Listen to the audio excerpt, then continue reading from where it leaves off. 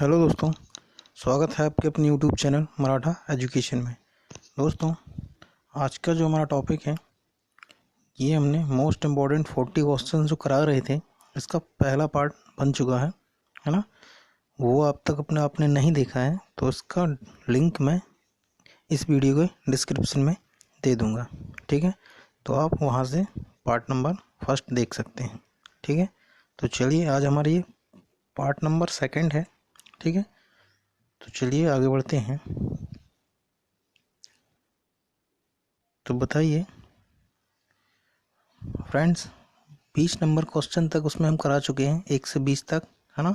Part 1 में ये 21 से स्टार्ट है, ठीक है। तो चलिए आगे बढ़ते हैं। टाइपराइटर टंगस्टन मशीन के आविष्कारक कौन हैं? तो बताइए, टाइपराइटर के आविष्कारक कौन हो जाएंगे? तो हो जाएंगे सॉल्स। ये हमारे टाइपराइटर, जिसे हम टंकन मशीन भी कहते हैं, उसके आविष्कारक हो जाएंगे सॉल्ट, ठीक है। सॉल्स जो हमारे हैं टाइपराइटर मशीन के आविष्कारक हो जाएंगे, ठीक है। आगे बढ़ते हैं। चलिए अगला क्वेश्चन है, बताइएगा, सिरका को लैटिन भाषा में क्या कहा जाता है? तो बताइए, सिरका को लैटिन भाषा में क्या कहा जाएगा? बताइए। तो ये एसिटम, है ना। एसिटम सिरका को लैटिन भाषा में कहा जाएगा, ठीक है। आगे बढ़ते हैं। चलिए अगला क्वेश्चन है, शुद्ध बताइएगा, दूध की शुद्धता का मापन किस यंत्र से किया जाता है? तो दूध की शुद्धता का मापन किस यंत्र से किया जाएगा? तो ये लैक्टोमीटर से, है ना। लैक्टोमीटर से दूध की शुद्धता का पता लगाया जाता है, ठीक है। चलिए आगे बढ़ते हैं।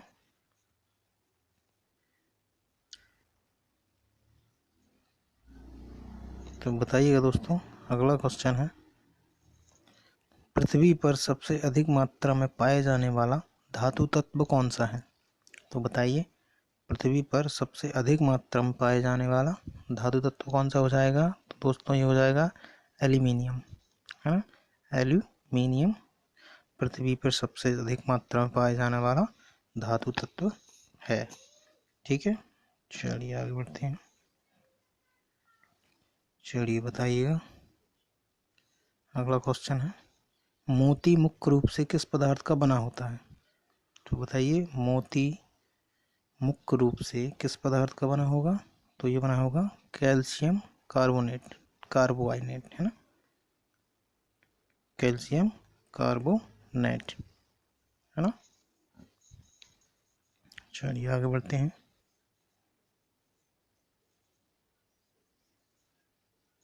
चलिए बताइए, अगला क्वेश्चन,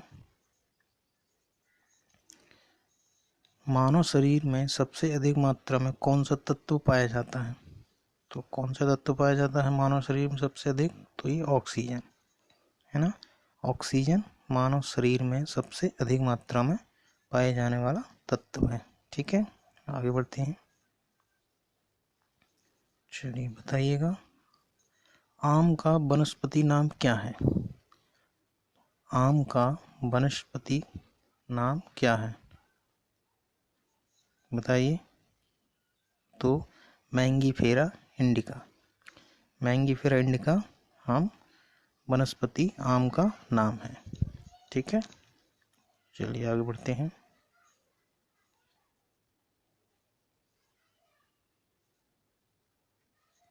चलिए बताइएगा, कॉफ़ी पाउडर के साथ मिलाया जाने वाला चिकोरी चूर्ण प्राप्त होता है, तो कहाँ से प्राप्त होता है? कॉफ़ी पाउडर के साथ मिलाया जाने वाला चिकोरी चूर्ण कहाँ से मिलेगा? तो ये बनेगा जड़ों से, ये हमें जड़ों से प्राप्त होता है ना। चिकोरी चूर्ण हमें जड़ों से प्राप्त होता है, जो हम कॉफ़ी पाउडर के साथ मिलाते हैं, ठीक है। चलिए आगे बढ़ते हैं। चलिए बताइए, विटामिन सी का सबसे अच्छा स्रोत क्या है?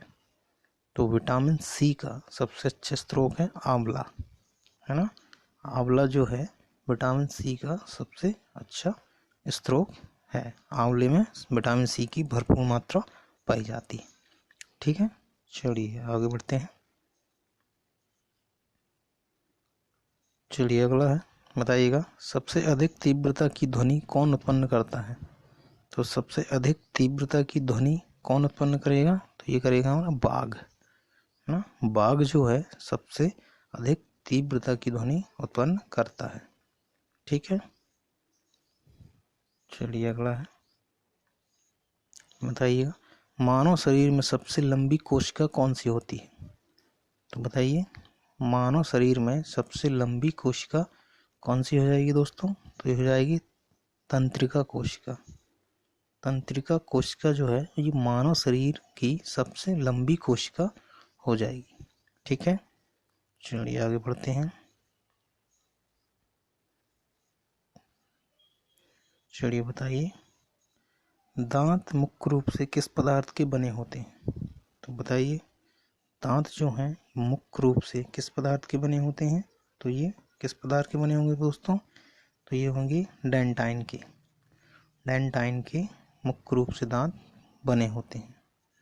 ठीक है, चलिए आगे बढ़ते हैं दोस्तों।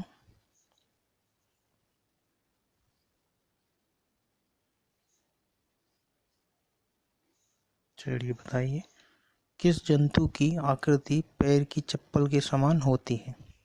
तो बताइए कौन सा जंतु है वो जिसकी आकृति पैर के चप्पल के समान होती है, तो पैरामीशियम, है ना।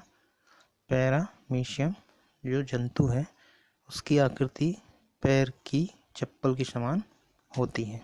ठीक है दोस्तों, अगर मेरी मेहनत अच्छी लग रही हो तो प्लीज़ लाइक कीजिए, है ना, शेयर कीजिए और आप चैनल को सब्सक्राइब कीजिएगा। ठीक है, चलिए आगे बढ़ते हैं। तो बताइए निम्न में से किस पदार्थ में प्रोटीन नहीं पाया जाता है। तो बताइए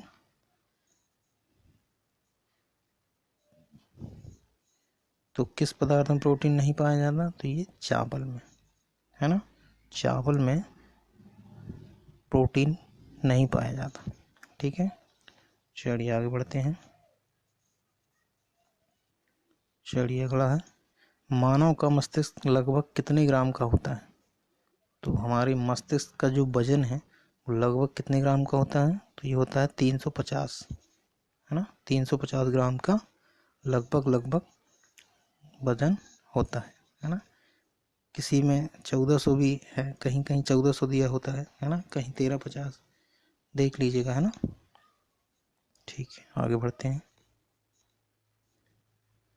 बताइए अगला है रक्त में पाए जाने वाली धातु है। तो रक्त में पाए जाने वाली धातु कौन सी हो जाएगी, तो लोहा, है ना।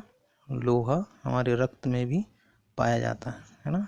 सबसे ज़्यादा लोह की मात्रा किस में रहती है आपको पता होगा, तो किस में रहती है, पालक, है ना।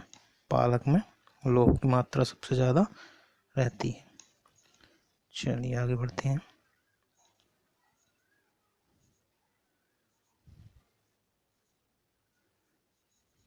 चलिए बताइए मांसपेशियों में किस अम्ल के एकत्रित होने से थकावट आती है। तो बताइए हमारी जो मांसपेशियां हैं इसमें जो हमको थकावट लगती है तो ये किस अम्ल के एकत्रित होने से ऐसा होता है, तो ये होगा लैक्टिक अम्ल, है ना। लैक्टिक अम्ल जो है हमारी मांसपेशियों में जमा हो जाता है ना, एकत्रित हो जाता है, इसके कारण हमको थकावट महसूस होती है। ठीक है, चलिए आगे बढ़ते हैं। बताइए अगला क्वेश्चन किण्वन का उदाहरण है। तो किण्वन का उदाहरण क्या हो जाएगा, दूध का खट्टा होना, खाने की ब्रेड का बनना, गीले आटे का खट्टा होना, हाँ ये हमारे सब किण्वन के उदाहरण हैं। ठीक है, याद रखिएगा दोस्तों, है ना। दूध का खट्टा होना, खाने की ब्रेड का बनना, गीले आटे का खट्टा होना, है ना, ये सब किण्वन के उदाहरण हो जाएंगे। ठीक है, चलिए आगे बढ़ते हैं। चलिए बताइए, केंचुए की कितनी आँख होती हैं? बताइए, जो केंचुए रहते हैं उसकी कितनी आँख होती हैं? तो इसका सही आंसर है एक भी नहीं, है ना। उसकी कोई भी आँख नहीं होती केंचुए की, ठीक है ना। चलिए आगे बढ़ते हैं। चलिए अगला है, गाजर किस विटामिन का समृद्ध स्रोत है? तो बताइए, गाजर किस विटामिन का समृद्ध स्रोत है?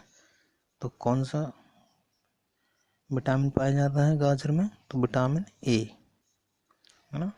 विटामिन ए गाजर में समृद्ध स्रोत है, ठीक है, गाजर में पाया जाता है। तो दोस्तों क्वेश्चन कंप्लीट हुए। वीडियो अच्छा लगा हो तो लाइक कीजिए, शेयर कीजिए, ठीक है, और चैनल को सब्सक्राइब कीजिए ताकि हर आने वाला वीडियो आप तक सबसे पहले पहुँचे, ठीक है। तो दोस्तों मिलते हैं फिर अगले वीडियो में बहुत ही जल्द, ठीक है। तब तक के लिए थैंक यू। जय हिंद, जय भारत।